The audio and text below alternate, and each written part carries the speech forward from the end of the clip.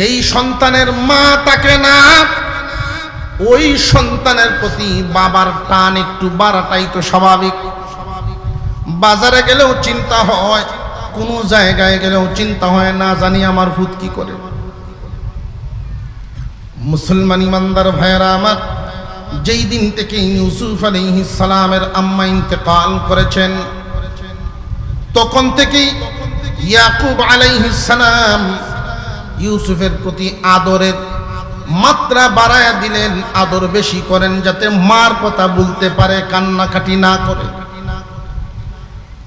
ইয়াকুব আলাইহিস সালামের সাথে নিয়েই ঘুমাইতেন, সাথে নিয়েই খাইতেন, নিজ হাতে গোসল করায়া দিতেন। অর্থাৎ মা এবং বাবা দুজনের আদর একাই করতেন। আর এই দৃশ্যটা অন্যান্য ভাইদের কাছে ভালো লাগে না, প্রতিহিংসার জন্ম নেওয়া শুরু হয়েছে। আব্বা তারে বেশি আদর করে। হঠাৎ একদিন ইউসুফ আলাইহিস সালাম দেখতে দেখতে দেখতে দেখতে মোটামুটি বড় হইতে লাগলেন। কোনো বর্ণনা ইউসুফ আলাইহিস সালামের বয়স হয়ে গেল তখন 13 বছর। কয় বছর? দেখতে দেখতে 13 বছরের মানুষে পরিণত হয়েছে। হঠাৎ একদিন ঘুম থেকে উঠাই উনি বলতেছিলেন, মহান আল্লাহ ওই ঘটনা আমাদেরকে শোনাইতেছেন। ইয ক্বালা ইউসুফু লিআবিহি ইয়া আবাতি ইন্নী রাআইতু আহাদা আশারা কাওকাবান ওয়াশ-শামসা ওয়াল কমার والشمس والقمر رأيتهم لي ساجدين। ও আব্বা, আমি স্বপ্নে দেখেছি আসমানের 11টা তারা। ও আব্বা, আমি স্বপ্নে দেখলাম আসমানের 11টা তারকা, চাঁদ এবং সূর্য। আমি ইউসুফকে তারা সেজদা দেয়। আলহামদুলিল্লাহি নাহমাদুহু ওয়া নাস্তাঈনুহু ওয়া নাস্তাগফিরুহু ওয়া নু'মিনু বিহি ওয়া নাতাওয়াক্কালু আলাইহি ওয়া নাউযু বিল্লাহি মিন শুরুরি আনফুসিনা ওয়া মিন সাইয়্যিআতি আ'মালিনা। من يهده الله فلا مضل له ومن يضلله فلا هادي له ونشهد أن لا إله إلا الله وحده لا شريك له ونشهد أن سيدنا وسندنا وحبيبنا وحبيب ربنا ومولانا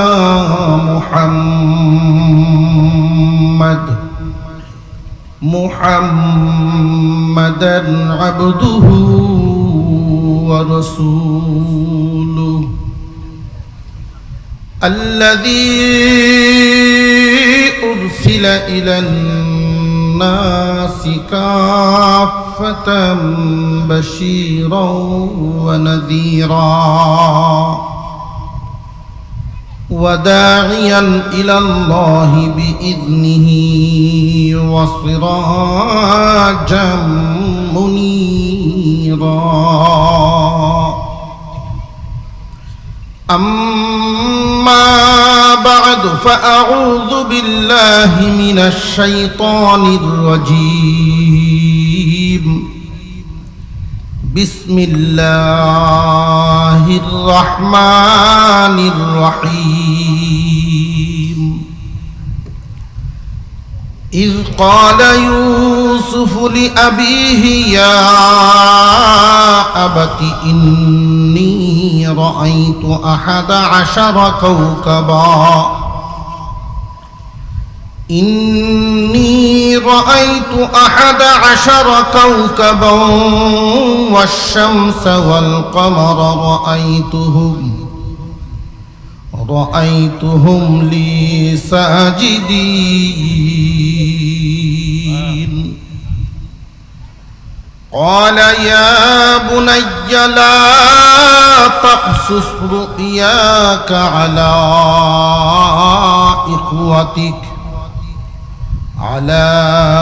إخوتك فيكيدوا لك كيدا إن الشيطان للإنسان عدو مبين صدق الله العظيم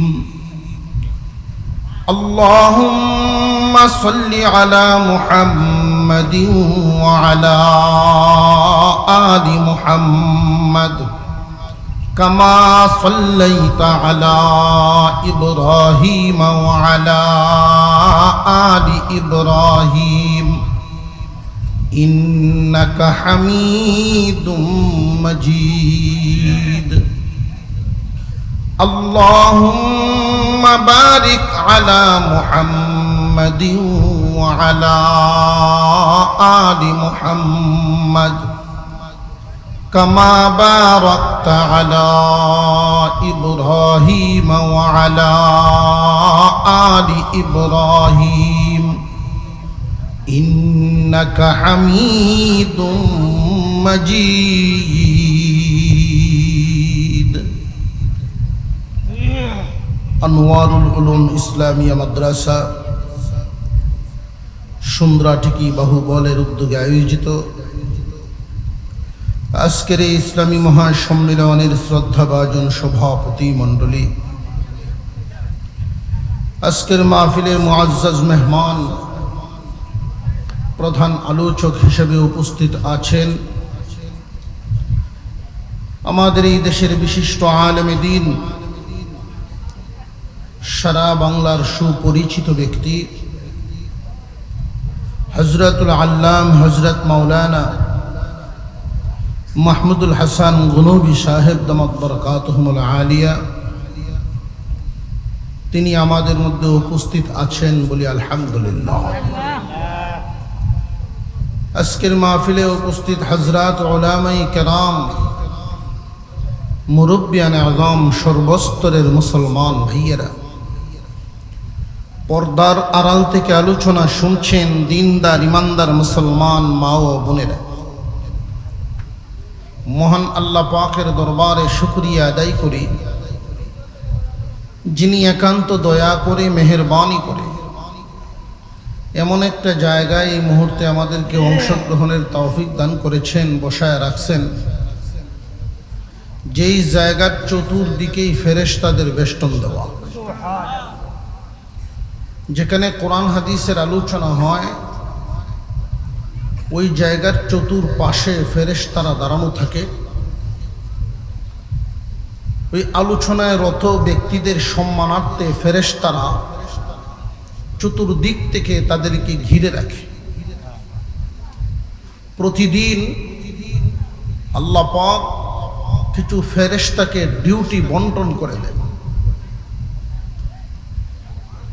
ফজরের সময় একদল ফেরেশতা উপর থেকে নিচে নেমে আসে, সারা দিন তারা ডিউটি পালন করে। সন্ধ্যাবেলায় এদেরকে আবার ছুটি দেওয়া হয়, আরেক দল ফেরেশতাকে উপর থেকে নিচে নামানো হয়। একদল ফেরেশতা তখন উপরে উঠতে থাকে, সারাদিন ডিউটি করে ছুটি পাইছে উপরে যায়। আরেক দল ফেরেশতা ডিউটির অর্ডার পায়া সারা রাত ডিউটি করবে, সন্ধ্যা সময় নামতে থাকে। আমাদের এমন এমন বুজুর্গ ছিলেন যারা ওই ফেরেশতাদের উঠানামা দেখে ফেলতেন।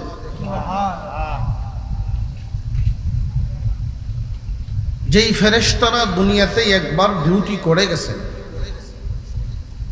মহান আল্লাহ পাক প্রতিদিন যে ফেরেশতা পাঠান, যারা একবার ডিউটি করেছেন তাদের বন্টন কিয়ামতের আগে আর মিলবে না। তাহলে ফেরেশতার সংখ্যা কি কম না অনেক? যে সমস্ত ফেরেশতাদেরকে আল্লাহ রাতের ডিউটি পালন করার জন্য পাঠান, আজকে রাত্রে যাদেরকে পাঠাইছেন তারা পৃথিবীতে এসে বিভিন্ন দলে বিভক্ত হয়ে যায়। সব এক দিক দিয়ে যাইমু কেমনে? এক এক দল এক এক দিকে যাও। তো এই এলাকার জন্য যে সমস্ত ফেরেশতারা আল্লাহ পাঠাইছেন, তারা যখন উঠতেছে, এই মাহফিল দেখে, কোরআন হাদিসের আলোচনার মজলিস দেখেই তারা বসে পড়ে। তো আরো একদল যখন উপর দিয়ে উঠতে থাকে, দেখা যায় আল্লাহর ফেরেশতারা এখানে বসা আছে, তারাও এখানে এসে শামিল হয়ে যায়। এইভাবে শামিল হইতে হইতে আসমান পর্যন্ত ঠেক লেগে যায়। তো এমন একটা বরকতপূর্ণ জায়গায় অংশগ্রহণ করতে পেরে খুশি না বেজার? যে যেমন খুশি এমন আওয়াজ দিয়া আল্লাহ পাকের শুকর আদায় করি তো আলহামদুলিল্লাহ। আপনারা শুনেছেন ঘোষকের ঘোষণা, আমার ব্যাপারে বলা হয়েছে সূরা ইউসুফের আলোচনা করা। সূরা ইউসুফ অনেক লম্বা একখানা সূরা। আমার পরে আজকের প্রধান আলোচক আপনাদেরকে মনোমুগ্ধকর কথা শোনাবেন, দামি দামি কথা শোনাবেন, গভীর রাত পর্যন্ত নেওয়াও যাবে না, সময় তো খুব কম। সূরা ইউসুফের আলোচনা আমরা শুরু করতে পারবো, কিন্তু শেষ করা সম্ভব হবে না। 111খানা বিশিষ্ট আয়াত বিশিষ্ট সূরা, 111খানা আয়াত বিশিষ্ট সূরা তিলাওয়াত করলেই তো আমার টাইম শেষ। এরপরেও যেহেতু আপনাদের সামনে বসেছি, শুরুর দিক ছেড়ে দিয়ে একটু সামনে আগাইয়া একটু তিলাওয়াতও করেছি। পবিত্র কুরআনুল কারীমে এক বর্ণনা মতে 6666 খানা আয়াত আছে। এর মধ্যে মাত্র 500 আয়াত বিধিবিধানের আলোচনা,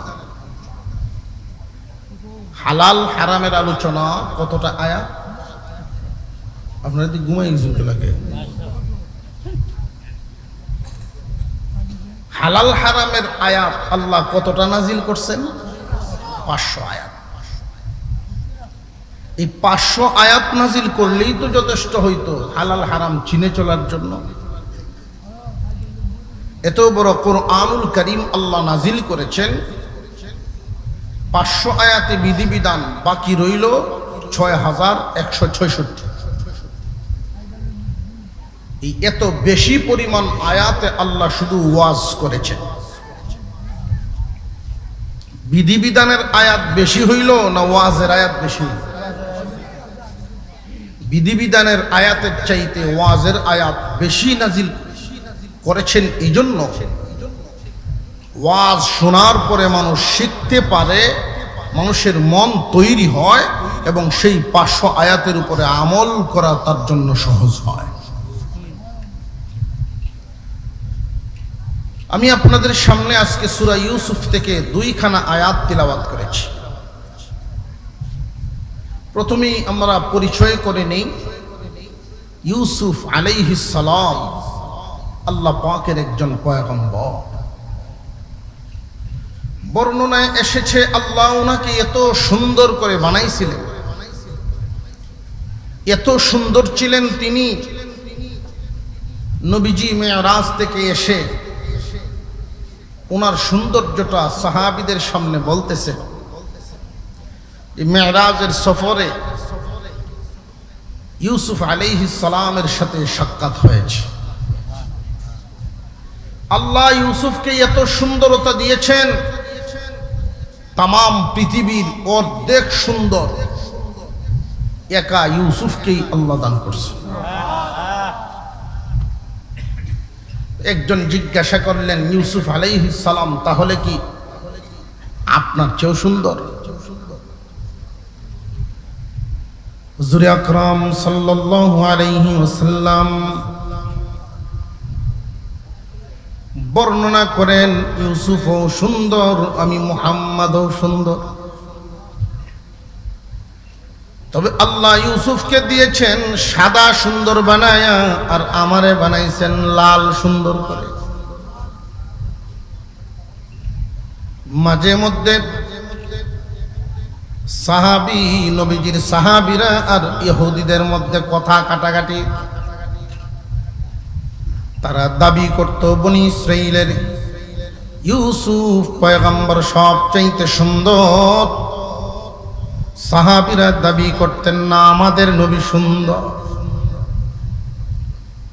তারা দলিল দিতেন, ইউসুফ পয়গম্বরকে দেখিয়া একদল মহিলা এতটাই দিশেহারা হয়ে গিয়েছিল, তারা ফল কাটার পরিবর্তে হাতের আঙুল কেটে ফেলছিল।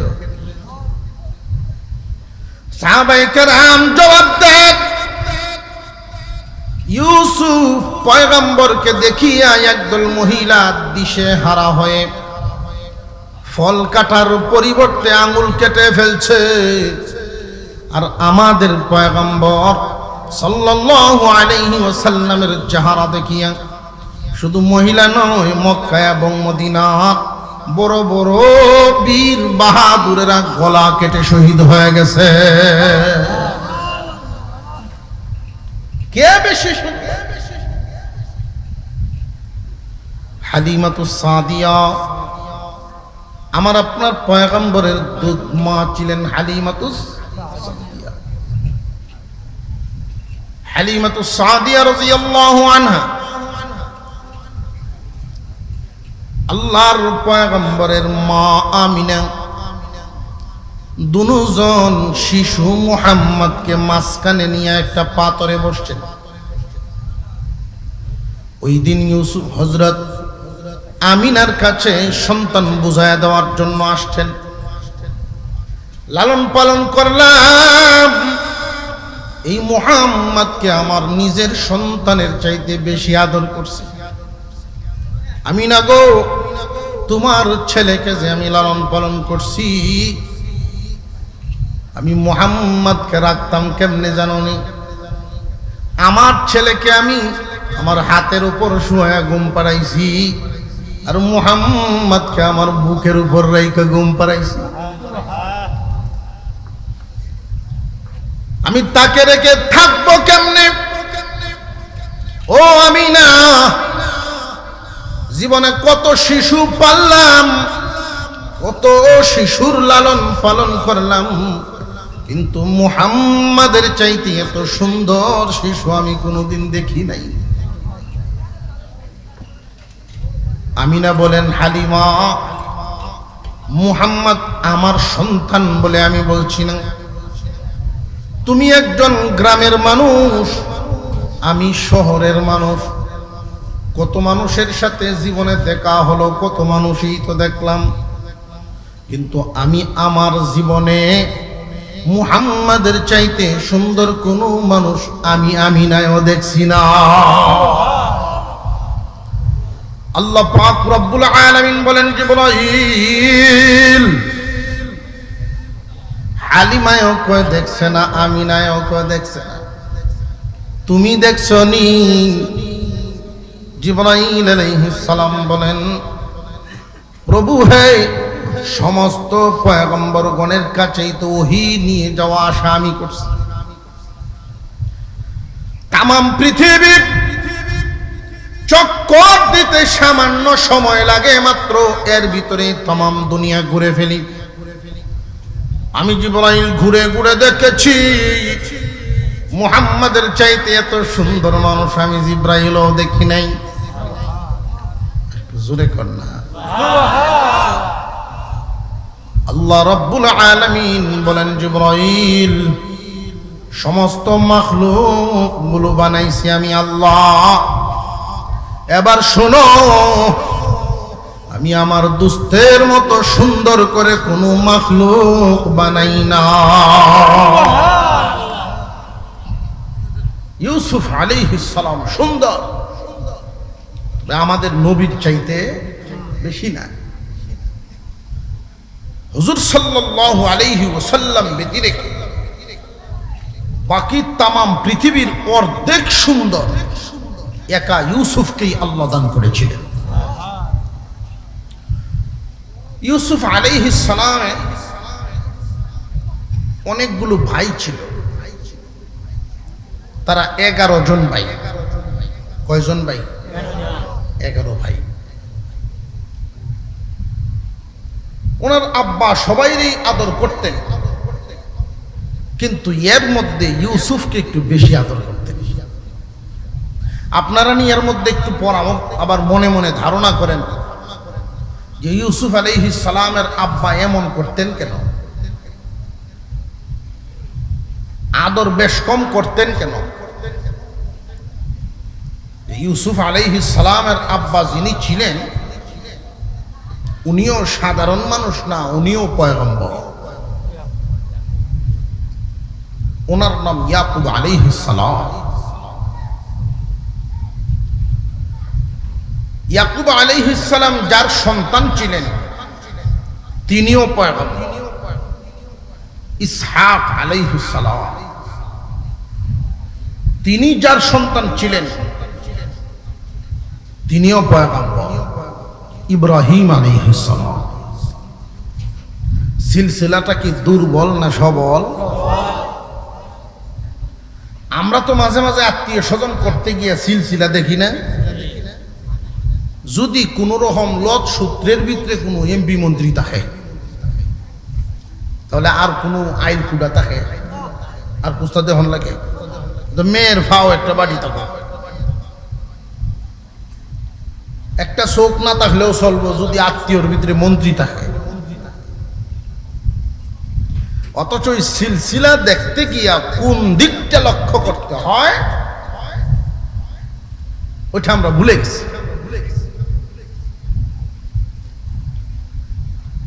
সম্মানীর পুত্র সম্মানী, সম্মানীর পুত্র সম্মানী, সম্মানীর পুত্র সম্মানী। আল্লাহ পাক রব্বুল আলামিনের কাছে সম্মানী কারা আর জমিনওয়ালাদের কাছে সম্মানী কারা? জমিনের মানুষ সম্মান দেয় চেয়ার দেইকা, টাকা দেইকা, কার চেয়ার কত বড়, কার টাকা কত বেশি। আল্লাহ পাক রব্বুল আলামিন এইগুলো দেখেন না। মহান আল্লাহর কাছে যার তাকওয়া বেশি তারই সম্মান বেশি।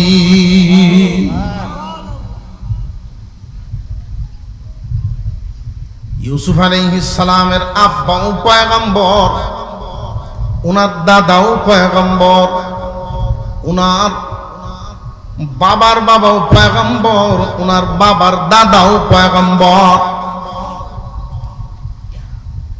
ইউসুফ আলাইহিস সালামকে বেশি আদর করতেন একজন পয়গম্বর হইয়া কেমনে? প্রশ্ন জাগেনি না জাগে না? বাবায় সন্তানদেরকে সমান আদর করবেন, এটা হইল ইনসাফ, এটা আমরার বিচার। কিন্তু একটা কথা মনে রাখবেন, দুনিয়ার সম্পদ বন্টন করা যায় সমানভাবে, আদর সমানভাবে বন্টন করা যায় না। আদর আসে অন্তর থেকে। সম্পদ বন্টন সমানভাবে করতে পারবেন, কিন্তু আদর সমানভাবে বন্টন করতে পারবেন না। আপনার হাতে চকলেট দুইটা, দুই সন্তানকে দিবেন যে আমাকে যতই চাপ দেওয়া হোক আমি দুই রকম করব না, আমি সমানভাবে দিব। এই যে সমান যে দিলেন, এটা কি আদর না চকলেট? কি দিছেন দুইজনের হাতে? চকলেট দিছেন, এটা দুনিয়ার মাল। জায়গা দিলেন সমানভাবে, এটা দুনিয়ার মাল। আদর তো এমন একটা বস্তু যেটা চোখে দেখা যায় না। একই বাবার দুই সন্তান, এর মধ্যে একটা সন্তানের স্বভাব চরিত্র হইল এমন, বাপ যখন বাহির থেকে আসে গেটেই গিয়ে ব্যাগটা হাত থেকে নেয়। বাপ যখন ঘরে আইসা ঢুকে হাত মুখ ধোয়ার জন্য পানিটা তুলে দেয়। হাত মুখ ধোয়ার পরে যখন মুছতে যাইব গামছাটা নিয়ে দরজায় দাঁড়ায় থাকে। বাবা যখন বিছানার থেকে নামে জুতাগুলো বাউ করে দেয়। বাপ যখন ঘুমাইতে যায় হাত পায়ে তেল মালিশ করিয়া হাত পাও টিপে ঘুম পাড়ায় দেয়। সম্পদ বন্টনের ক্ষেত্রে সমান করা যায়, তো আদর যে সমান করা যায় না এটা বুঝাইতেছে। এই বাপ যখন একাই বসে থাকুক, মানুষের সামনেই থাকুক, এই দুনু সন্তানের প্রতি দোয়া করবে ঠিক, কিন্তু একটু টান ওই খাদেম ছেলের প্রতি বেশি থাকবে না থাকবে না? ওই যে খাদেম ছেলের প্রতি, গুণী ছেলের প্রতি বাপের টান মোহাব্বত মন থেকে আসে। এটা কি বাবার দোষ না ছেলের গুণ?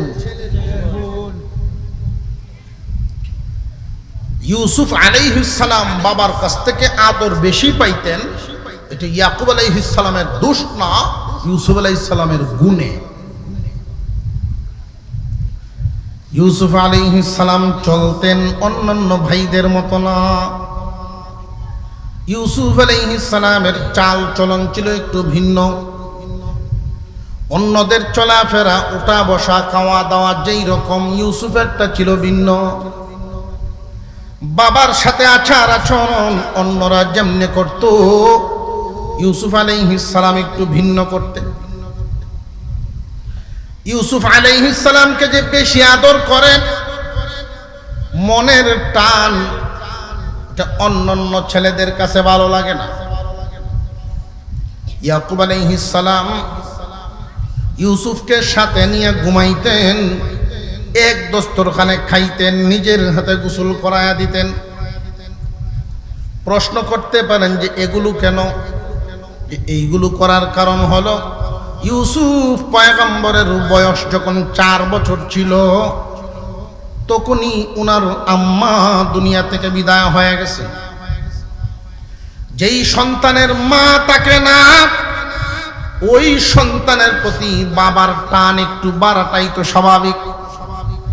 বাজারে গেলেও চিন্তা হয়, কোনো জায়গায় গেলেও চিন্তা হয়, না জানি আমার ভূত কি করে। মুসলমান ইমানদার ভাইয়েরা আমার, যেই দিন থেকে ইউসুফ আলাইহিস সালামের আম্মা ইন্তেকাল করেছেন, তখন থেকেই ইয়াকুব আলাইহিস সালাম ইউসুফের প্রতি আদরের মাত্রা বাড়ায়া দিলেন, আদর বেশি করেন, যাতে মার কথা বলতে পারে, কান্নাকাটি না করে। ইয়াকুব আলাইহিস সালামের সাথে নিয়েই ঘুমাইতেন, সাথে নিয়েই খাইতেন, নিজ হাতে গোসল করায়া দিতেন। অর্থাৎ মা এবং বাবা দুজনের আদর একাই করতেন। আর এই দৃশ্যটা অন্যান্য ভাইদের কাছে ভালো লাগে না। প্রতিহিংসার জন্ম নেওয়া শুরু হয়েছে, আব্বা তারে বেশি আদর করে। হঠাৎ একদিন ইউসুফ আলাইহিস সালাম দেখতে দেখতে দেখতে দেখতে মোটামুটি বড় হইতে লাগলেন। কোনো বর্ণনা ইউসুফ আলাইহিস সালামের বয়স হয়ে গেল তখন 13 বছর। কয় বছর? দেখতে দেখতে 13 বছরের মানুষে পরিণত হয়েছে। হঠাৎ একদিন ঘুম থেকে উঠাই উনি বলতেছিলেন, মহান আল্লাহ ওই ঘটনা আমাদেরকে শোনাইতেছেন। إذ قال يوسف لأبيه يا أبت إني رأيت 11 كوكبا والشمس والقمر رأيتهم لي ساجدين وابا আমি স্বপ্নে দেখেছি আসমানের 11টা তারা। ও বাপ, আমি স্বপ্নে দেখলাম আসমানের 11টা তারকা, চাঁদ এবং সূর্য। আমি ইউসুফকে তারা সেজদা দেয়। আমি স্বপ্নে দেখেছি আসমানের 11টা তারকা, চন্দ্র, সূর্য, ওরা সবাই আমাকে সেজদা করতেছে। এমন আশ্চর্য স্বপ্ন সন্তান যখন দেখলেন, বরকতপূর্ণ স্বপ্ন সন্তান যখন দেখলেন, তো বাবার কাছে বলাটাই তো স্বাভাবিক। স্বপ্ন আমরাও দেখিনি না, দেখি না হুজুর, দেখতাম কোন সময়, আমরা তো ঘুমাই হই না, সারা রাত খালি যায় ওজা করি ওজা করি, ঘুমায় দিনও, আর দিনের ঘুমে তো গভীর হয় না, ঠিক না ঠিক? আগে মানুষ যখন আর্লি ঘুমিয়ে যেত, সকাল সকাল ঘুমাইত, নিচ থেকেই ঘুম ছুটে যেত ভোরবেলায়, ভোরের হাওয়া গায়ে লাগে না অনেক বছর। এটা আমাদের স্বাস্থ্যের জন্য মারাত্মক ক্ষতি। আমরাও স্বপ্নে দেখি, আমাদের স্বপ্নটা 3 ভাগে বিভক্ত। একটা স্বপ্নের নাম জিহনি, আরেকটা স্বপ্নের নাম শয়তানি, আরেকটা স্বপ্নের নাম রাহমানি। প্রত্যেক মুমিনকে আল্লাহ কিছু স্বপ্ন দেখান তার ভবিষ্যতের কর্মপদ্ধতির ইঙ্গিত হিসেবে। সব মুমিন এটা বুঝার যোগ্যতা রাখে না। আবার কিছু স্বপ্ন শয়তানে দেখায়, কিছু স্বপ্ন জেহেন থেকে আসে, জেহনি। এই যে সারাদিন যা করে স্বপ্নেও তা দেখে। সারাদিন একজন মানুষ ব্যবসায়ী দেখবেন ঘুমায়ও হয়ে করতেছে, এটা 11, ওইটা 15 টাকা, এটা 17 টাকা। তো বউয়ে পাশের থেকে ধাক্কা দেয়, কি ঘুমায় ঘুমায় 11 টাকা 15 টাকা করতেছে। ছোট বাচ্চারা ঘুমায় দেখবেন দৌড়াইতেছে, কয় ধর ধর ধর ধর ঘুমো। এটা জেহনি। ইউসুফ আলাইহিস সালাম যে স্বপ্নটা দেখলেন, এই স্বপ্ন বর্ণনা করতেছেন কার কাছে? বাবার কাছে। উনি কি শুধু বাবা না একজন নবীও? নবীও। এখানে আমাদেরকে একটা শিক্ষা দেওয়া হয়েছে, তোমরাও যে স্বপ্ন দেখো, যদি স্বপ্নটা তোমার কাছে গুরুত্বপূর্ণ মনে হয়, তাহলে কোনো গুরুত্বপূর্ণ ব্যক্তির সাথে স্বপ্নটা বলবো, যার তার সাথে না। যার তার সাথে স্বপ্ন দেখলে আর স্বপ্ন বললে এটার মূল্য কমে যায়, হালকা হয়ে যায়, উল্টা পাল্টা ব্যাখ্যা দিয়ে দেয়। এক লোক ঘুমায় স্বপ্নে দেখছে যে কবর থেকে এক মুর্দা বাইরে আইয়া তার সাথে মুসাফা করে। গোরস্থানের মুর্দা তার সাথে মুসাফা করে, স্বপ্নে দেখছে। ঘুম থেকে উঠছেই বিবি সাহেবরে ডাকতেছে, কই রে, কই গেছস তুই? সর্বনাশ হয়েছে। কি সর্বনাশ হয়েছে তোমার? আমি স্বপ্নে দেখি অমুক যে মারা গেছে কবরতে বাইরে আইছে, আয় আমার সাথে মুসাফা করতেছে, হাত মিলাইতেছে। তুমি এটা দেখতে গেল নাকি? আর কোন স্বপ্ন আসিল না, তুমি স্বপ্ন দেখতে গেলে? আমি এদিকে ইচ্ছা করে দেখছি।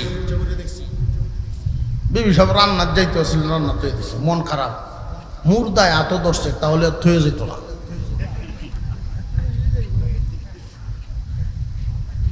তারও মন খুব খারাপ, ঘর থেকে বাইরেছে, পাশে এক দোকান আছে, এখানে চায়ের দোকানটা বসে।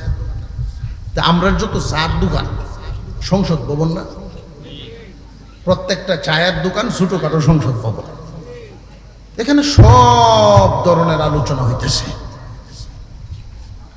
বুদ্ধিজীবী আছে, ডাক্তার আছে, ইঞ্জিনিয়ার আছে, সার্টিফিকেট নাই একটারও। জোরে কোন ঠিক না বে ঠিক চলতেছে।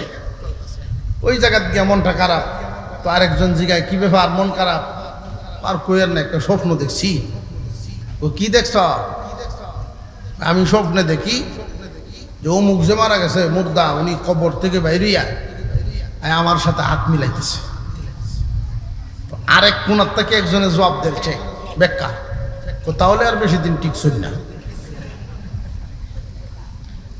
যাও আদা খান খাইছি, চায় থইয়া মনটা খুব খারাপ করিয়া মসজিদের ইমাম সব যিনি ছিলেন ভালো আলেম, ওনার কাছে গেছে। হুজুর আপনারা খুঁজতেছি, আপনি কে? কই এই মহল্লারই, মসজিদ আইন আর কি, এই জন্য চিনেন না। ইমামের সাথে পরিচয় অত দরকার নাই। থানায় যদি নতুন ওসি আসে, দেখবেন নেতা ফেতা খেতা ফাতি নেতা যা আছে, সাক্ষাৎ করে, হুজুর স্যার আমি অমুক, আগের স্যারের সাথে খুব মিল আছে না নাই? তো ইমাম যদি নতুন কেউ আসে, 6 মাস গেলেও এই মহল্লায় তার বাড়ি। আমি মহল্লারই, মসজিদ আইনের জন্য চিনেন না। এটা খুব ভালো কথা, মসজিদও যাইন না আপনি, এটা খুব ভালো। না হুজুর ভুলে হয়েছে। তো কেন লাগিন আসলেন? যে একটা স্বপ্ন দেখছি। যে কি স্বপ্ন? স্বপ্নটা হলো আমি এক মুর্দার সাথে হাত মিলাইছি, উনি কবর থেকে বাইরে আমার হাত ধরছেন, মুসাফা হয়েছে। হুজুর বললেন একটু ভালোই চলেন, নামাজ কালাম ঠিক করলেন। তাহলে ওর তো হেডেই আমার আরো মানুষ কইছে যে আমি বেশি দিন টিকতাম না। তো হুজুর হাসতেছেন আর বলতেছেন যে আরো মানুষের কাছে বলতে গেলেন কেন? আপনার স্বপ্নের ব্যাখ্যা হলো কোন জেল কাটুইয়া আসামি আপনার সাথে মুসাফা করে। গুরুস্থানের একটা রূপ জেলখানা, আর জেলখানার একটা রূপ গুরুস্থান। হুজুর জানটা বাঁচাইলেন কোন রকম। এখন গিয়ে মনটা একটু শান্তি হয়েছে, 4টা খায় বাড়িতে গিয়া। 2 দিন পরে তার এক শালা ফল ফ্রুট লই আইছে জেল খাটিয়া, জামিনে আইছে, দুলাভাইয়ের সাথে সাক্ষাৎ করতে আইছে। কারণ বর্তমান সময়ে এমন একটা হালত চলতেছে, যদি কেউ জেলও যাইতে পারে, হ্যাঁ নেতা, জেল খাটলেই নেতা। মানুষের সাথে এই গল্পগুলো করে 15 দিন জেলও আসলাম, এটা একটা বাহাদুরি বোঝা যাইতেছে, তার ক্রেডিট নেই। দুলা ভাই আইসি, 4-5 দিন আসলাম, আটকায় রাখছি না, আইসি। আইসোস তো ঠিকই, আমারও তো ফেরেশন মানে আইসোস। স্বপ্ন যার তার সাথে বলতে যাবেন না। আমরা ঘুম থেকে উঠে হাওড়ো বইয়া বলা শুরু করে দিই, আলবাওয়াত গিয়ে বলা শুরু করে দিই। স্বপ্ন দেখবেন যেটাকে আপনি গুরুত্বপূর্ণ মনে করবেন, যে এই স্বপ্নটার হয়তো কোনো একটা ব্যাখ্যা হতে পারে, তাহলে গুরুত্বপূর্ণ ব্যক্তির কাছে গিয়ে স্বপ্নটা বলবেন। মনে থাকবো তো ইনশাল্লাহ।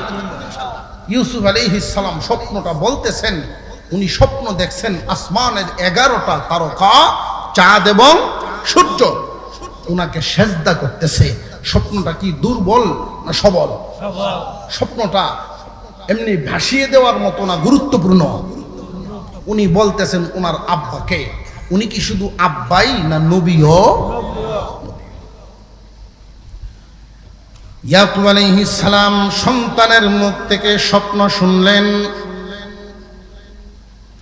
শুইনাই টান দিয়া বুকের সাথে জড়ায়া ছেলেকে আদর, কপালে চুমা দিলেন, আদর করে দিলেন। আদর করিয়া তিনি বলতেছেন, ক্বালা ইয়া বুনাইয়া, হে আমার কলিজার টুকরা সন্তান, লা তাকসুস রুইয়াক, বর্ণনা করবা না তোমার এই স্বপ্নটা, এই স্বপ্ন তুমি বলবা না আলা ইখওয়াতিক, বিশেষ করে তোমার ভাইদের কাছে। তোমার ভাইদের কারোর কাছে এই স্বপ্ন কিন্তু তুমি বলবা না। কেন জানোনি? ফায়াকিদু লাকা কাইদা। এই মুবারক স্বপ্ন যদি তারা শুনে, যে এটা তুমি দেখছো, এই মুবারক স্বপ্ন তুমি দেখেছ, তারা যদি শুনতে পারে তাহলে প্রতিহিংসার জ্বালায় আরো জ্বলবে, ভিতরে ভিতরে আরো জ্বলবে, জ্বলেই তারা ক্ষান্ত থাকবে না। ফায়াকিদু লাকা কাইদা, তোমার বিরুদ্ধে চক্রান্তের জাল বুনাইব। আপন ভাইদের ব্যাপারে আল্লাহ পাক এই আয়াতগুলো নাজিল করে শুধু ঘটনা শোনানোর উদ্দেশ্য রাখেন নাই, এখান থেকে আমাদের শিক্ষা হাসিল করাটাও রেখেছেন। ছোট ভাই এত মুবারক স্বপ্ন দেখেছেন, তারা শুনলে প্রতিহিংসার আগুনে জ্বলবে, চক্রান্তের জাল বুনবে। কেন? তারা না ভাই? সমাজের মধ্যে দেখবেন এক ভাইয়ের উন্নতি হইলে আরেক ভাইয়ের ভিতরে ভিতরে একটু জ্বলে, এমন পরিবারও আছে না নাই? নিজ বংশের ভিতরে, নিজ গোষ্ঠীর ভিতরে, নিজ গ্রামের ভিতরে, নিজ দলের ভিতরে একে অপরের সাথে যত প্রতিহিংসা, দূরের কোনো মানুষের সাথে এত প্রতিহিংসা হয় না। নিজের ভিতরে যেই গ্রুপ আর দলাদলি, নিজ ভাইয়ের সাথে যেই ধাক্কাধাক্কি ঠেলাঠেলি শুরু হয়, কথাগুলো খুব মনোযোগ দিয়ে শুনবেন। আল্লাহ পাক ইউসুফ আলাইহিস সালাম আর ইয়াকুব আলাইহিস সালাম দিয়ে আমাদেরকে বুঝাইছেন যে নিজেদের ভিতরে যে গন্ডগোল শুরু হয়, এটা শুধু তারা নয়, তোমরার ভিতরেও আছে। আর এটা কেন হয় আল্লাহ সেটাও উল্লেখ করে দিয়েছেন। ইন্নাশ শাইতানা লিল ইনসানি আদুউম মুবিন, নিশ্চয়ই শয়তান মানুষের প্রকাশ্য শত্রু। কোন একটা পরিবারে যদি 5টা ভাই থাকে, সমাজের মধ্যে এই 5 ভাইওয়ালা পরিবারের একটা গুরুত্ব থাকবে যদি এদের ভিতরে মিল থাকে। এরা 5টা ভাই, ইচ্ছা করলেই এদের বিরুদ্ধে কিছু করা যাবে না, সামাজিক একটা ভালো অবস্থান থাকবে। কিন্তু শয়তান এটা চায় না, 5 ভাইয়ের ভিতরে গন্ডগোল লাগায়া এদের ভিতরে দূরত্ব তৈরি করবে, যেন সমাজে এরা প্রতিষ্ঠিত হইতে না পারে। দুনিয়ার প্রতিষ্ঠাও চায় না শয়তানে, মানুষের আখিরাতের প্রতিষ্ঠাও চায় না। পরকালীনভাবে মানুষ উন্নতি লাভ করুক এটাও যেমন চায় না, দুনিয়াবি লাইনে মানুষ প্রতিষ্ঠিত হোক শয়তান এটাও চায় না। আল্লাহ উল্লেখ করে দিলেন নিজেদের ভিতরে গন্ডগোল এটা শয়তানে বাজায়। দেখবেন ভাইয়ে ভাইয়ে সামান্য জিনিস নিয়ে গন্ডগোল শুরু করে, সামান্য জিনিস নিয়ে গ্যাঞ্জাম শুরু করে। একটা পরিবারের একটা তথ্য আমি পাইছিলাম ছাত্র জীবনে, সামান্য 2 শতক জায়গা নিয়ে 2 ভাইয়ের মধ্যে মামলা হয়েছে 18 বছর। আর এই মামলা বাইতে গিয়া 10 কের করে ক্ষেত নাই, জায়গা 2 শতক, মামলা বাইছে 18 বছর। এই 18 বছর মামলা বাইতে গিয়া এক ভাই আর এক ভাইরে সুজা করব। বর্তমান সমাজের মধ্যে এরকম শয়তানি লাগাইছে। তো শয়তান আবার 2 ধরনের, এক দল হইল জিন শয়তান আর একটা হইল মানুষ শয়তান। মানুষ শয়তান চিনানি 2-1টা চিনাইতাম, আপনারও অসুবিধা হইতেছে।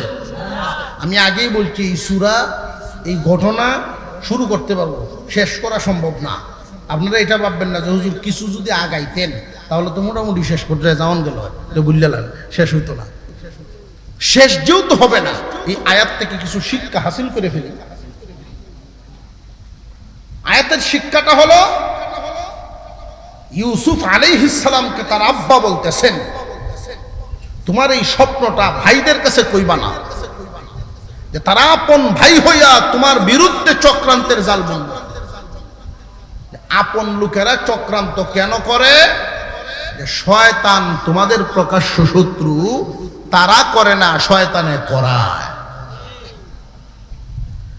ভাই ভাইয়ের শত্রু হতে চায় না, কিন্তু শয়তানে শত্রু বানায়। শয়তান কি এক ধরনের না দুই ধরনের? মানুষ শয়তানও আছে, জিন শয়তানও আছে। বাবার রেখে যাওয়া সম্পদ নিয়ে যখন বন্টন শুরু হয়, বাবার রেখে যাওয়া বাড়িটা যখন বন্টন করে, সুজা ফিতা নেওয়া যাইতেছে না, একটু তেরা করা লাগে, বাঁকা করা লাগে। বন্টন করতে গিয়ে সার্বিয়ার আনা হলো যে জমিন মাইপে দেন আপনারা, তারে কি করেন? সার্বিয়ার বেশ কয়েকদিন আসছে, যারা জমিন মাপা মাপি করে লোকাল যারা আছে, ওরাও আবার একটা খেল খুব বালা বুঝে, মাফাত গিয়া দেখে কোন ভাটিতে শক্তিশালী বেশি। দুর্বলের পক্ষে থাকতে চায় না। এই এক ফিতা ঠিক করতে 10 দিন মাপানো লাগছে তার, আনলে তো ওটার হইসা দেওয়ান লাগে। ছোট বাইরে এক দলে বোঝায়, আধ হাত জায়গা, 1 হাত জায়গা তোমার বড় ভাইয়ে তোমার লাগিন ছাড়ে না। বাপ নাই জায়গা বড় ভাই, বড় ভাই যেহেতু তোমার প্রতি একটু দয়া দেখাই তো পারে না, তুমি ছাড়তা কেন লাগে?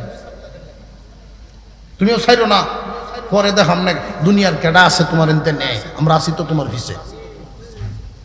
এই যে সাহস দেওয়ালা ভাইয়ে মনে করতেছে যে আমার পিছনে শরীর দাঁড়াইছে, কিন্তু উনি হলো শরীরের রূপে মানুষ শয়তান। আর আরেকজন বড়ডারে ডাকে নিব, বাপ নাই জায়গা, তুমি বড় ভাই, তোমারে কি মূল্যায়ন না করলো? দয়া তো বহু দেখাইছে, আমরা তো দেখছি ছোটবেলার থেকে এদিকে ফালছ, স্পিরিট তুলে, বাইরের রাগ তুলে। ছোটবেলার থেকে ফাইলে এত কিছু করার পরে কি বদলাটা দিল তোমারে? এখন তো তোমার নিজেরও সংসার আছে, আর ছাড় দিও না। তুমি মামলা দেও, যাও মামলা করো। পয়সা যদি না তাহে আমি তো আছি, পয়সা নিজের আত্ম দিয়া নিয়ে বেটা মামলা করাই। এই জাতীয় উপকার নিজেদের ভিতরে দূরত্ব তৈরি করার পরামর্শ যারা দিব, বুঝবেন দেখতে আপনার মানুষের মতো দেখা যায়, কিন্তু এ মানুষ শয়তান। এমন কিছু মানুষরূপী শয়তান সমাজে বহুত আছে। কার বাড়িতে কেডা আইলো, কার বাড়িতে কে গেল, কে কেমনে হাঁটে, এইগুলো যারা থাকবো বুঝবেন আর কেউ না। একবারে মান্নত করে বসে, আমার মনের এই আশা যদি পুরনো, শয়তান ফিরবে মিষ্টি খাওয়াইয়া, শয়তানরে মিষ্টি খাওয়াইবে, মান্নত করে গেছে। তার মনের আশা পূরণ হয়ে গেছে। মানুষকে আল্লাহ ছেলে দিবেন নাকি মেয়ে দিবেন এটা জানেন একমাত্র কে? আল্লাহ। এটা আপনি মান্নত করলেও যা হইব, না করলেও তাই হইব। ওটা মান্নত করছে যদি আমার বিবি সাহেবের সিজার না লাগে, নর্মাল হয়ে যায়, তাহলে এই মান্নত করছে। মানুষের তো সিজারও লাগতেছে, নর্মালও তো হইতেছে। তো নর্মাল তো স্বাভাবিক আপনার থেকেই হয়েছে। 2000 মান্নত করছেন শয়তানরে মিষ্টি খাওয়াইব, এখন মিষ্টি কিনে লয়ে লইয়া ঘুরে মানুষের জিগায় আপনারা গ্রাম শয়তান আছে, দূরটা গেলেন তো। যার এই জিগায় শয়তান কি কেউ পাইছে? বাড়া এই আশা তো আর পুরো হইতেছে। তো একজন মুরব্বী মানুষ তারা ডাকতেছে, এই মিয়া এত কিছু থাকতে জগত এই শয়তানরে মিষ্টি খাওয়াইবা, এই মান্নত মানতে গেলা কেন? যে মানুষ তো কত জায়গাতেই মানে, তারে তো আর কেউ কিছু খাওয়ায় না। আমি এই আশা কেমনে পূরণ করতাম? তাহলে গিয়া দেখো তোমরা গ্রামের ভিতরে এমন খাসলতের কিছু মানুষ আসেনি যে মানুষের পিছে লাগিয়ে থাকে, এর এই মিষ্টি খাওয়াই এলাও তোমার মান্যতা দেয় হয়ে যাবে। বুঝে আসতেছে? এই মানুষগুলোর চিনে রাখবেন যে ভাই ভাইয়ে শত্রু হয় না, শয়তানে হওয়া। ভাই ভাইয়ের সাথে প্রতিহিংসা করে না, শয়তানে করায়। নিজেদের ভিতরে দূরত্ব তৈরি হয় না, শয়তানে দূরত্ব তৈরি করে দেয়। ইয়াকুব আলাইহিস সালাম জানায় দিলেন, ইউসুফ তোমার এই স্বপ্নটা ভাইদের কাছে বলবা না। কেন জানোনি? শয়তান তাদের ভিতরে কুমন্ত্রণা দিবে, মিল মোহাব্বত নষ্ট করবে, তোমার বিরুদ্ধে তারা চক্রান্তের জাল বুনবে। খুব সাবধান। এক ভাইয়ের দূরত্ব আরেক ভাইয়ের সাথে হইয়া যায়।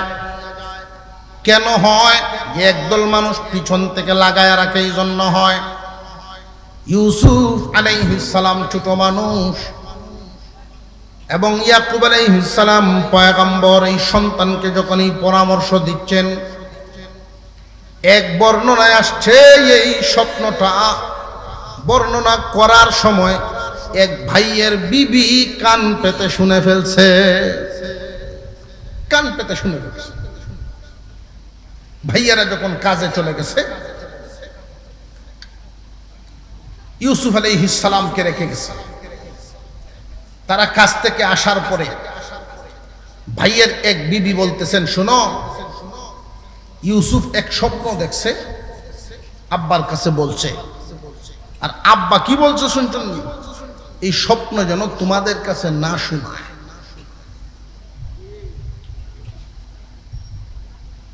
যে তাই নাকি? বলে হয়।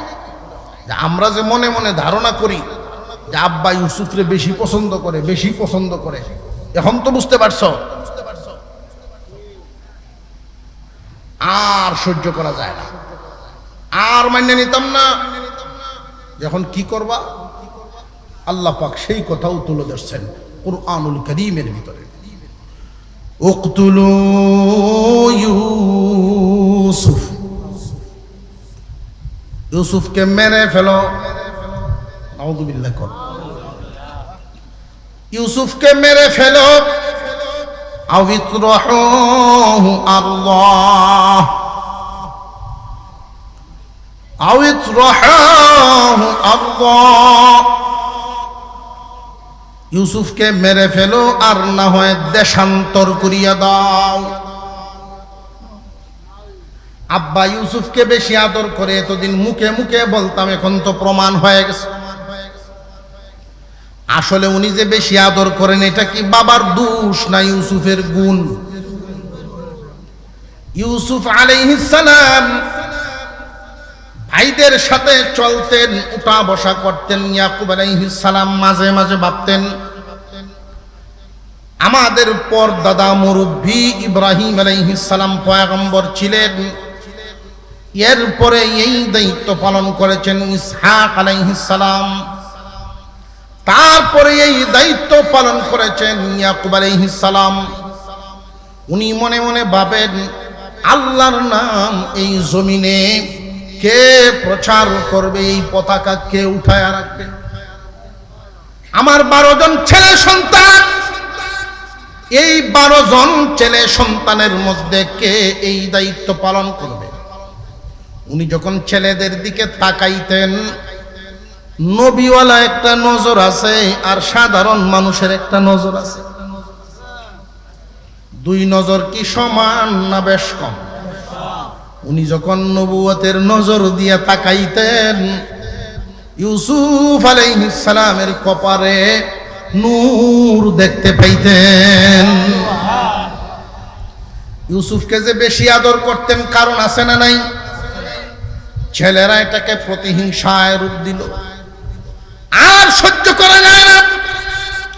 উকতুলু ইউসুফ, ইউসুফকে মেরে ফেলো। আও ইতরাহুহু আল্লাহ, অথবা দেশান্তর করো। কথা এখানে 2টা, হয়তো মেরে ফেলো আর না হয় বাড়ি সারা।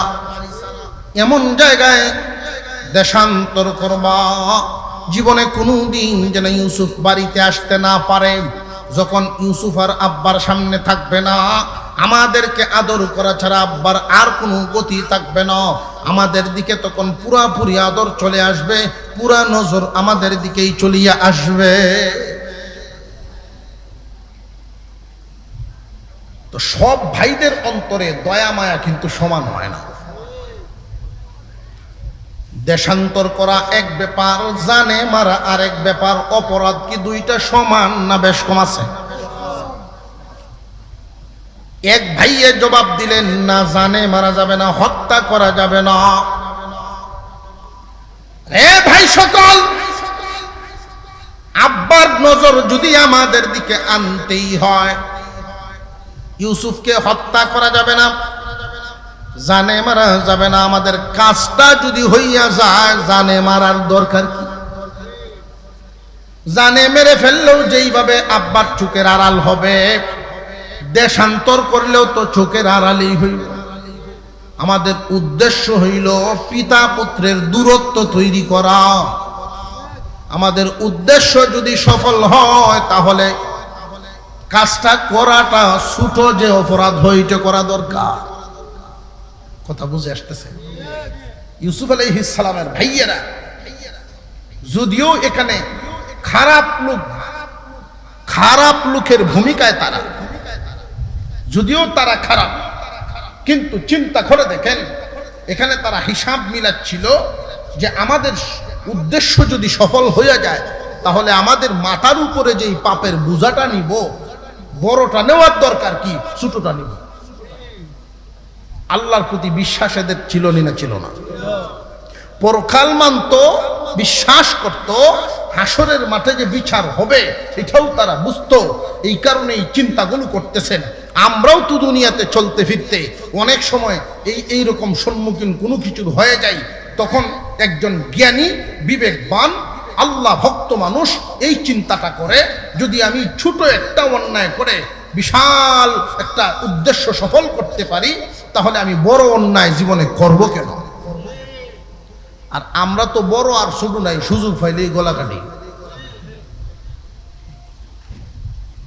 হিসাব নিকাশ করে কাজ কাম করা, জীবনে চলার পথে ফরজ, ওয়াজিব, সুন্নত, মুস্তাহাব।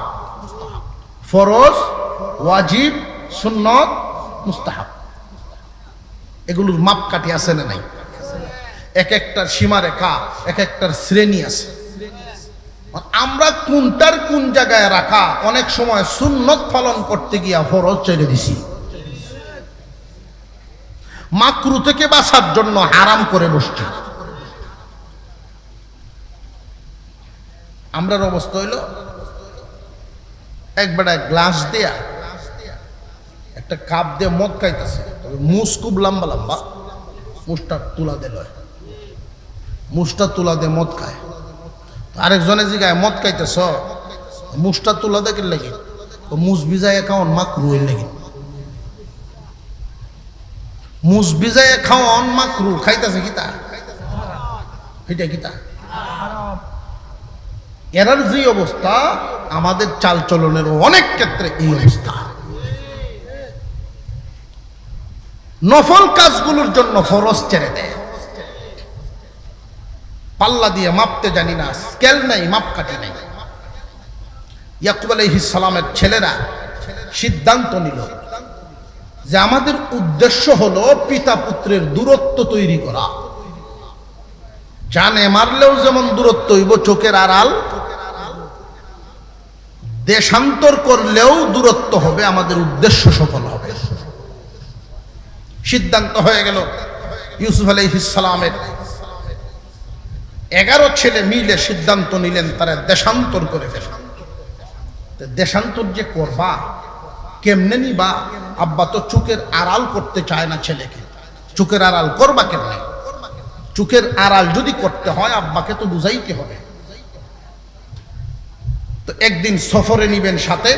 এই সফরে নেওয়ার কথা বলে যে আমরা যেখানে কাজ কাম করতে যাই ওই জায়গাটা অত্যন্ত মনোরম পরিবেশ, সুন্দর, ইউসুফের খুব ভালো লাগবে, আমাদের সাথে দিয়া দেন। আমার বড় ভয় হয় ওইখানে অনেক বাঘ ভালুক থাকে, যদি আমার ইউসুফকে বাঘে খেয়ে ফেলে। তারা 11 ভাই মিলে আব্বার সাথে পরামর্শ করছে, ও কথা দিছে আমরা দেখে শূন্য রাখবো, আমরা যে থুইয়া ইউসুফকে বাঘে খেয়ে ফেলবে আমরা থাকি না তাই কত সমান কোথায়। শেষ পর্যন্ত বাবারে সম্মতি করাইলো, রাজি করাইলো, নিয়েই যাবে। পরের দিন বাবার কাছ থেকে ইউসুফ আলাইহিস সালামকে নিয়ে গেল। রাস্তাত গিয়া তারার তো আগের থেকেই চিন্তা ভাবনা বাপ পুতের দূরত্ব তৈরি করা। এই চিন্তাটা সফল কিভাবে করা যায়, যে এমন একটা কুয়ার মধ্যে ফালতে হইব তারে, যেই কুয়াটা কোনো রাস্তার পাশে হবে। এক দেশের মানুষ আরেক দেশে চলে, এক দেশের কাফেলা আরেক দেশে যায়, এমন একটা জায়গা। তাহলে কি হবে, যেই দেশের মানুষ তারে উঠাইব সেই দেশের সাথে লইয়া যায়।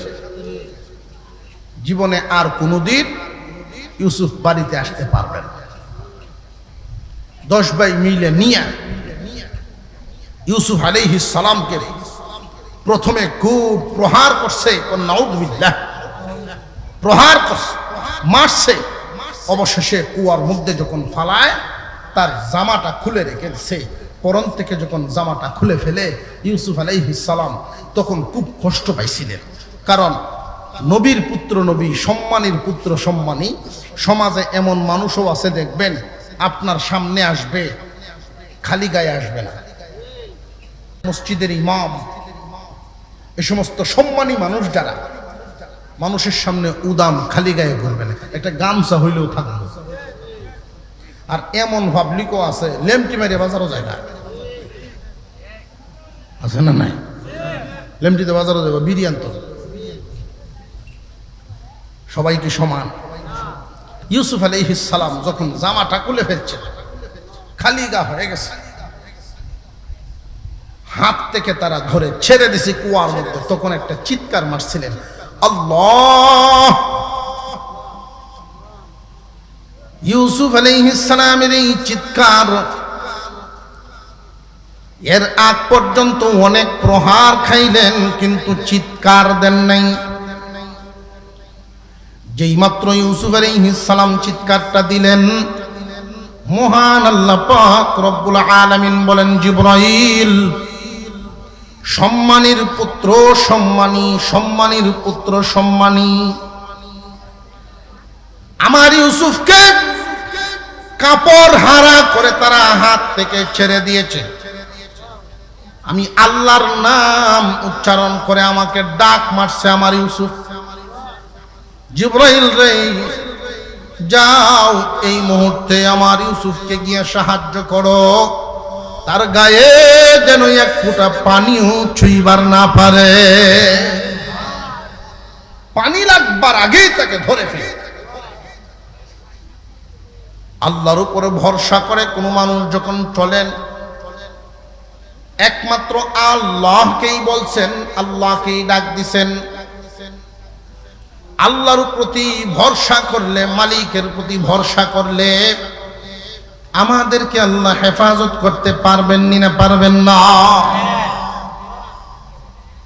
আল্লাহর প্রতি ভরসা করছেন, জিবরাইল আমিন নিচ থেকে ধরে ফেলছেন।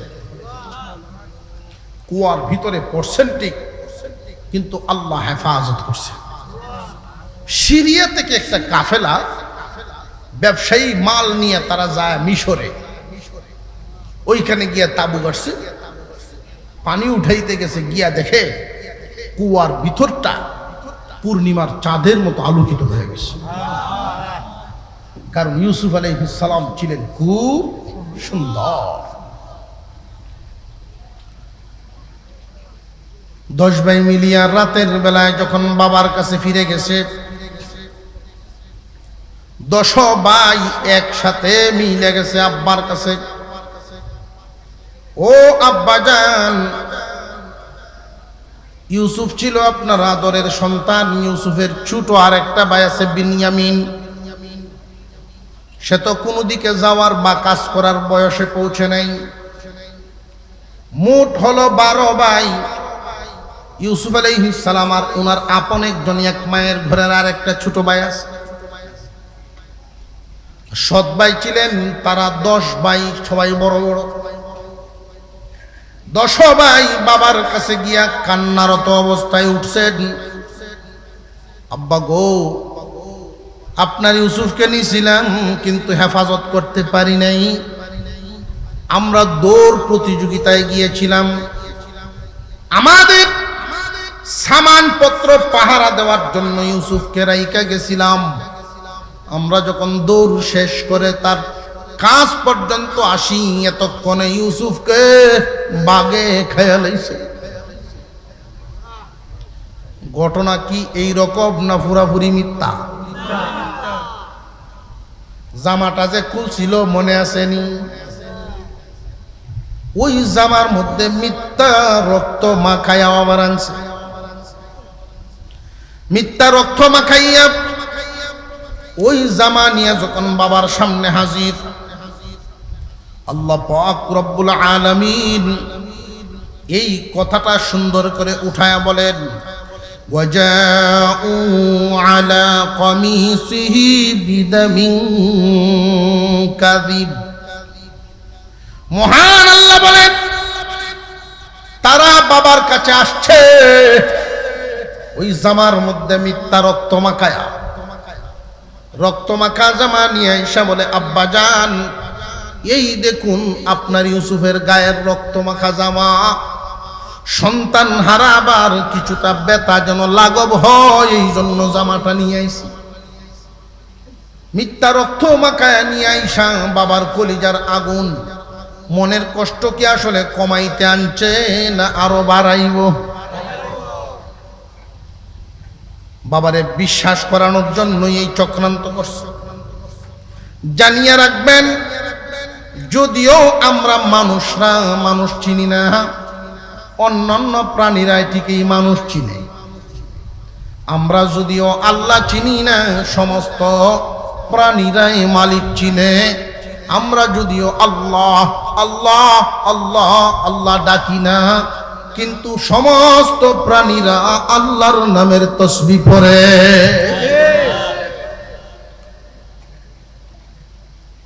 ইয়াকুব আলাইহিস সালাম জামাটা হাতে নিলেন, জামা হাতে নিয়ে এমন এক কথা বলছেন যেই কথার দ্বারা তাদের চক্রান্তের গলা কাটা গেছে। তারা মিথ্যা রক্ত মাখায় আইনা বলছিল, আব্বা এই নিন, ইউসুফের জামাটা কোন রকম আনতে পারছি, ইউসুফ রে আনতে পারি নাই, এই নিন জামা। জামা হাতে নিয়ে উনি বললেন যে কিরে বাবা, হল আমার পুত্রে যে খাইলো, জামাটা তো একটু ছিঁড়া নাই। বাগে কোন দিক দিয়ে বাইর করছে, বুতামও ছিঁড়ল না, জামাও ফারলো না, বাইর করলো কেমনে? তবে যেই বাগে খাইছে রে, বড় শিক্ষিত বাঘ। যেই বাগে খাইছে বড় বড় শিক্ষিত বাঘ। এখন তো এক ভাই আর এক ভাইয়ের দিকে ছায়া থাকে, ওইটা কি করলাম, এটা কেমন ভুলটা করলাম, একটু ফাইরে আনলে তৈল। ফাইরে যে আনবো, আমাদের ব্রেনটা কি আসলে আমরা চালাইতে পারি? চালান কে? আল্লাহ যদি কাউরে ধ্বংস করতে চান, আল্লাহ যদি কাউরে ভুল পথে নিতে চান, দেখবেন স্লিপ কাটবো সামান্য একটু, মাথা একটু ঘুরান দিলি হয়। হাজার হাজার মানুষের সামনে এমন এক কথা কইব, এক কথায় সর্বনাশ গেছে না? এক কথায় সর্বনাশ। এক ভাই আর এক ভাইরে দেখে এটা কি কামনা করলাম, 10 জন উঠে এসে বসছে, যাই হইছে না হইছে, এই শিক্ষিত বাগে খাইলো কেমনে, বাইর করলো কেমনে? এই মামলার থেকে যদি আমরা কিছুটা রেহাই পাওয়া লাগে, তাহলে একটা উসিলা তো দাঁড় করে নিলাম। লও 10 ভাই মিলিয়া জঙ্গলে গিয়া এক বাঘ ধরে নিয়ে এসে, বাঘ ধরে নিয়ে আয়া দেখায়, আব্বা এই বাঘটা একা হয়েছে। যে বাঘে তো আর মারতে পারতো না, আব্বা এটার উদ্ঘাটনও করতে পারতো না, আমরা বাচ্চা গেল। ইয়াকুব আলাইহিস সালাম কি সাধারণ মানুষ না আল্লাহর নবী? তাফসিরে নূরুল কুরআনের মধ্যে উল্লেখ করা হয়, ইয়াকুব আলাইহিস সালাম কাছে গিয়া বাঘের মাথার উপরে হাত রাখছেন। উনি বলতেছেন, আমি তোমার কি ক্ষতি করেছি, তুমি নাকি আমার ইউসুফকে খেয়ে ফেলছো? এই বাঘ জিহ্বা বের করে আল্লাহর কাছে দরখাস্ত দেয়, আল্লাহ, ও প্রভু, জবান খুলে দাও, তোমার নবীর সাথে কথা বলতাম। আল্লাহ পাক রব্বুল আলামিন বাঘের জবান খুলে দিছেন, মানুষের মতো কথা বলা শুরু করছে। ওগো আল্লাহর নবী, আমি আপনার ইউসুফকে খাইব দূরের কথা, জীবনে কোনোদিন উনার চেহারাই দেখছি না। এখন কেমনে বাঁচব? 10 ভাই তাদের বুঝা, অপরাধের বুঝা মাথায় নিয়ে বাবার সামনেই বসে আছে। ইয়াকুব আলাইহিস সালাম বলেন, এটা সব তোমাদের চক্রান্ত, আর বুঝার বাকি নাই। তোমরাই আমার ইউসুফকে কিছু করছো, তবে এই মুহূর্তে তোমাদের বিরুদ্ধে আমি বিচার কি দিব? কার কাছে দিব? বিচার দেওয়ার তো কোনো জায়গা, কারণ উনার শরীয়তে, ইয়াকুব আলাইহিস সালামের শরীয়তের জজ বিচারক তো উনি নিজে। উনি কার কাছে বিচার দিবেন? আর অন্যায় করছে এরপরেও নিজের ফুতাইন, তো কার আদালতে বিচার দিবেন? শেষ পর্যন্ত ইয়াকুব আলাইহিস সালাম বলেন, এই মুহূর্তে আমার আল্লাহর আশ্রয় ছাড়া কোনো জায়গা নাই। উনি আল্লাহর আশ্রয় নিয়ে নিলেন। আল্লাহ, এই যে ঘটনা ঘটলো, এই মুহূর্তে তুমি ছাড়া আমার আর কোনো গতি। আল্লাহ বলেন, জিবরাইল, বাপে দিয়ে আমারও ডাকছে, বাপে আমারে ডাকে, আমারে স্মরণ করছে। সুতরাং যেই বাবা আমার উপরে ভরসা করে ফেলে, আমারে ডাক দিয়া দেয়, তার সন্তান হেফাজতের দায়িত্ব তো আমারই। ওই কাফেলাওয়ালা সিরিয়া থেকে আসছে, আইসা এখানেই তাবু গাড়ছে, সন্তানকে উঠাইছে, মিশরে নিয়ে গেছে। মিশর নিয়ে সাধারণ করে ঢুকান নাই, আজিজে মিশর বাদশার ঘরে ঢুকাইছে। 10 বছর সেখানে ছিলেন। আল্লাহ পাকের কুদরতি নীরব ভার্সিটি, 10 বছরে ওনাকে শিক্ষা দেওয়া হয় 161 ভাষার পাণ্ডিত্য। সেই দেশের তখনকার সময়ের সবচেয়ে শিক্ষিত ছিল সেই দেশের বাদশার পুত্র, রাজপুত্র, 160 ভাষার পণ্ডিত। পৃথিবীর কোন রাজা বাদশা তার সামনে যাইতে পারত না। আর ইউসুফ আলাইহিস সালাম 161 ভাষার পাণ্ডিত্য অর্জন করছে। 2 জন তর্ক করতেন ভাষায়। শেষ পর্যন্ত যখন ইউসুফ আলাইহিস সালাম আরবি বলা শুরু করছেন, সেই বাদশায় বলছিল, এইটা তো আমি কোনো তথ্যই পাই নাই, এই ভাষা আপনি কি বলতেছেন, সেটা কোত্থেকে আনছেন?